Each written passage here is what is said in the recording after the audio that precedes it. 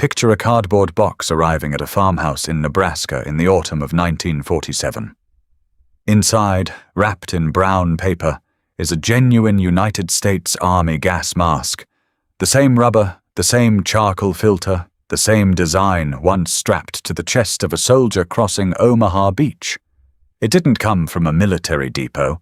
It came from a $2 mail-order ad in the back of a boys' adventure magazine, sandwiched between comic strips and slingshot advertisements. And the kid who tore open that box wasn't training for chemical warfare. He was going to wear it trick-or-treating. How did a piece of equipment built to save a soldier's life from mustard gas end up as a Halloween costume and a backyard toy within 2 years of the war's end? Why did the United States government, which had spent tens of millions of dollars manufacturing these things by the millions, suddenly want nothing more to do with them? And what happened to the staggering, almost unbelievable number of gas masks that never got used at all? This is the story of a warehouse full of ghosts, rubber ghosts, sealed in canvas bags, waiting for a war that America hoped would never come home. By the time this story ends, you'll never look at a novelty gas mask the same way again. To understand how strange this outcome really was, you have to go back to why the masks existed in the first place. When the United States entered the Second World War, the shadow of the First World War's poison gas attacks still hung over every planning session in Washington. Chlorine, phosgene, mustard gas. These weapons had killed and blinded hundreds of thousands of men in the trenches of Europe, and nobody in the American military establishment believed for a second that a second global war would be gentler. So the country did what it always did when faced with an existential threat. It manufactured its way out of fear. The Army standardized a lineage of masks, the M1, then the M2, then the M3 and M3A1, each one an incremental improvement in filtration, in fit, in the durability of the rubber facepiece. By the time the guns fell silent, more than 13 million M3 series masks alone had rolled off American production lines. Add in the M4 lightweight service mask, several 100,000 strong, and you begin to see the scale of what the country had built. This wasn't a niche program. This was an industrial commitment on the scale of tank production or bomber assembly, built around a threat that, in the European and Pacific theaters, almost never materialized the way planners feared. But the war effort didn't stop at soldiers. Washington was equally terrified of an attack on the home front, bombing raids that might carry chemical payloads onto American cities.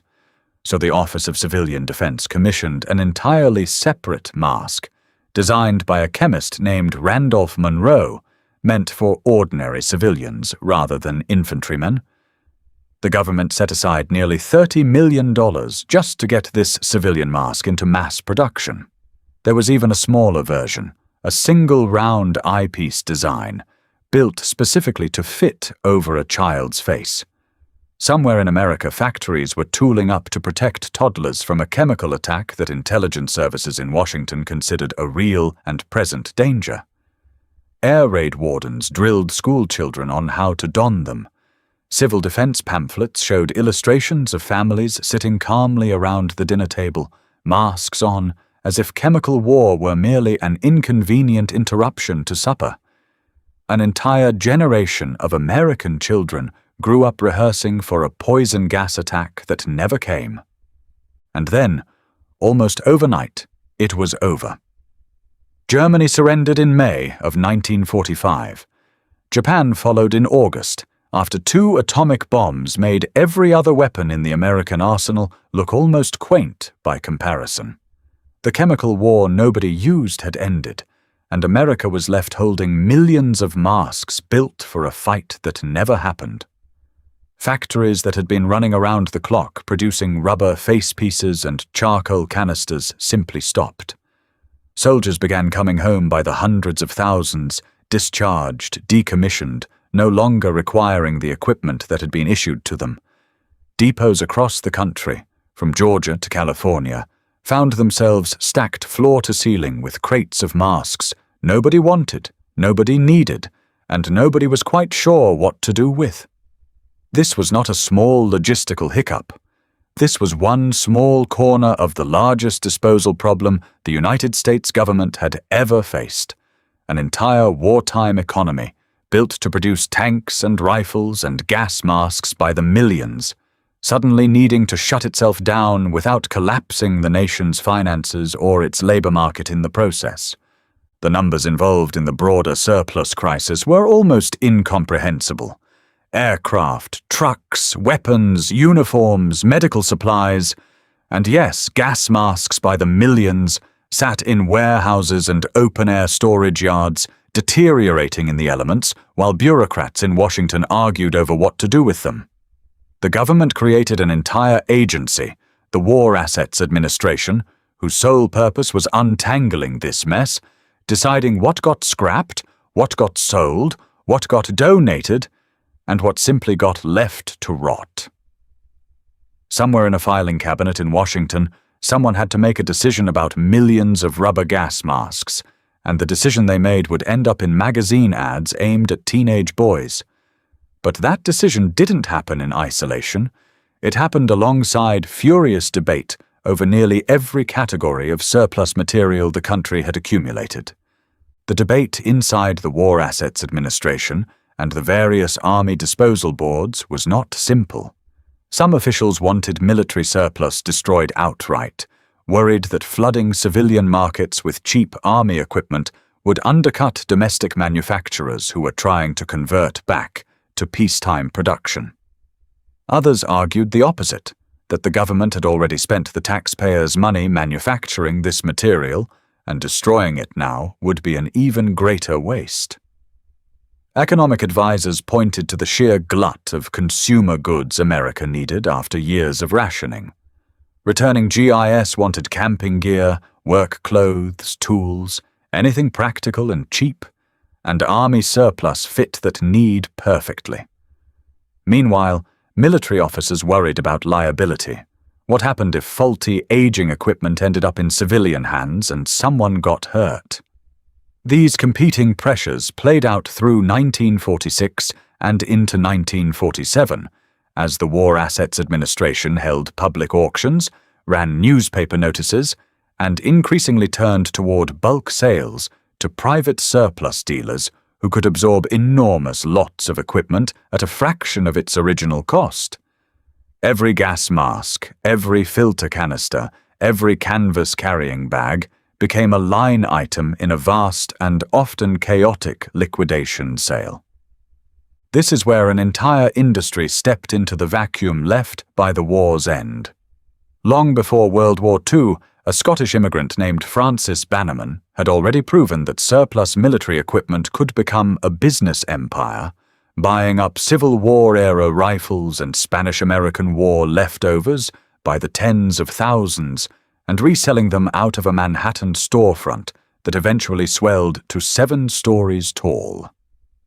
World War II supercharged that model beyond anything Bannerman could have imagined. Surplus dealers across the country bought enormous lots of army equipment directly from government auctions, then resold it through storefronts and, crucially, through mail-order catalogs advertised in magazines aimed at boys and young men who idolized the soldiers who had just come home. This is where gas masks stopped being instruments of chemical warfare and became something else entirely. Surplus companies discovered something the War Assets Administration never anticipated. Kids loved this stuff. Combat boots, canteens, ammunition belts, helmets, all of it sold, but gas masks became a particular obsession. Surplus retailers placed ads describing them as, in their own words, a sensational toy value and loads of fun and useful too. Think about the strangeness of that marketing copy for a moment. This was equipment engineered, tested, and mass-produced by the United States government under the explicit assumption that failing to use it correctly could mean death by chemical asphyxiation. And within a couple of years, it was being pitched next to slingshots and cap guns as a way to spend your allowance. A boy who idolized his older brother or his father coming home from the Pacific could, for a couple of dollars, own a piece of that same equipment. Not a toy replica, but the genuine article, canister and all. Word spread fast in schoolyards and neighborhoods. A gas mask meant instant playground currency. Boys wore them for imaginary combat missions in backyard trenches dug specifically for the purpose. They wore them trick-or-treating, turning a piece of chemical warfare equipment into one of the eeriest, most memorable Halloween costumes a small town had ever seen. Some surplus dealers leaned into the theatrical angle entirely, describing the masks in ways clearly designed to appeal to a child's sense of the macabre and the heroic simultaneously. Dangerous enough to feel authentic, cheap enough to be disposable fun. Nobody stopped to ask whether decades-old rubber and asbestos-lined charcoal filters were something you wanted pressed against a child's face for hours at a time. And that's the detail almost nobody talks about. Many of the filter canisters manufactured during the war, for both military and civilian masks, used absorbent materials that we now know contained asbestos fibers, a substance nobody in the 1940s associated with long-term health risk the way we understand it today. These filters weren't designed with a multi-decade shelf life in mind. They were built to be used, discarded, and replaced during active wartime conditions, not to sit for years in an attic, and then get handed down to a 9-year-old for imaginative play. Nobody at the point of sale was thinking about that. The dealers were thinking about clearing inventory. The kids were thinking about looking terrifying at recess. The government agency that had spent $30 million building masks to protect American lives had, almost by accident, helped put outdated chemical filtration equipment into the hands of children as a form of entertainment. The surplus boom didn't stop with gas masks, and understanding the scale around them makes the gas mask story even stranger. In the same catalogues, the same stores, the same post-war liquidation frenzy, you could find entire jeeps sold by mail order, crates of ammunition belts, parachutes repurposed by seamstresses into wedding dresses because silk was otherwise unavailable, and military tents sold for camping trips. The country was, in effect, converting its entire wartime arsenal into consumer goods almost overnight, and gas masks were simply one especially strange item on a very long list. But few of those other items carried quite the same dark irony. A repurposed parachute wedding dress is a story about resourcefulness and celebration. A gas mask marketed as a sensational toy value is a story about how quickly a society can forget the fear that built something in the first place. By the early 1950s, the novelty had mostly faded, but the masks didn't disappear. Some ended up in attics and basements across the country, tucked away by parents who eventually forgot they even owned them. Others were bought by hobbyists and early collectors who recognized even then that these objects told a story about American anxiety and American resourcefulness in the same breath.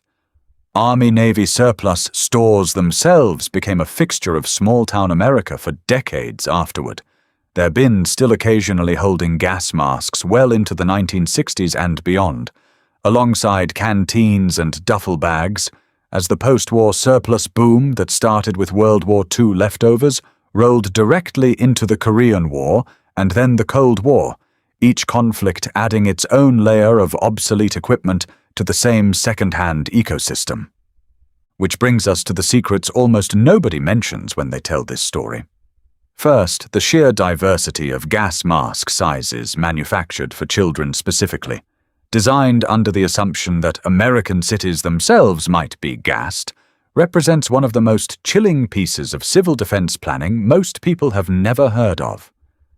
Second, many surplus gas masks that circulated through this secondary market weren't simply worn as costumes. Some hobbyists and hunters genuinely tried to repurpose the filtration systems for other uses, with mixed and sometimes dangerous results, since the canisters were never certified for anything but their original wartime specifications. Third, the same mail-order infrastructure that sold gas masks as toys was, at that very moment, selling actual functioning jeeps, and even, in a handful of documented cases, surplus aircraft parts to private buyers with essentially no oversight. Fourth, some surplus retailers deliberately obscured the age and true chemical composition of the filters they sold, since disclosing it honestly would have made the sensational toy value pitch considerably less appealing to parents footing the bill. And fifth, perhaps strangest of all, some of these same masks, sold as novelties for a couple of dollars in the late 1940s, are now sought after by military collectors and are worth many times their original surplus price, transformed once again, this time from toy, back into historical artifact. The legacy of this strange chapter reaches further than most people realize. The post-war surplus boom, gas masks included, effectively created the modern Army-Navy surplus store as a retail category, one that still exists in small towns and cities across the country today, decades after the war that filled its shelves ended. It also set an early template for how government agencies handle massive equipment liquidations after a conflict winds down, a template that would be revisited in modified form after Korea, after Vietnam, and after every American war since. And on a more human level, it's a reminder of just how quickly fear can be repackaged into nostalgia. The same mask that once represented the government's genuine terror of chemical attack on American soil became, within a couple of years, a punchline in a schoolyard and a prop in a Halloween costume. That transformation, from existential dread to playground toy, happened faster than most people who lived through it probably ever stopped to notice. So the next time you see a grainy black and white photograph of a child in a gas mask standing in a backyard with a stick held like a rifle, remember what that object actually was. It wasn't a costume piece designed for delight. It was engineered at extraordinary cost to save a human life from an invisible killer that the United States government believed, with total sincerity, might reach American shores. Somewhere between a wartime factory floor and a mail-order catalog aimed at 12-year-old boys, that purpose got quietly erased, replaced by $2 and a sense of fun. It's one of the strangest, quietest transformations to come out of the entire war, and it's a story that almost nobody tells. If you want to understand how a nation processes the leftover machinery of its own fear, you could do worse than start with a rubber mask, a charcoal filter, and a magazine ad promising loads of fun and useful too. If this kind of hidden history fascinates you, make sure you're subscribed, because next time we're going back into another warehouse full of forgotten wartime leftovers, and what happened to them is even stranger than this.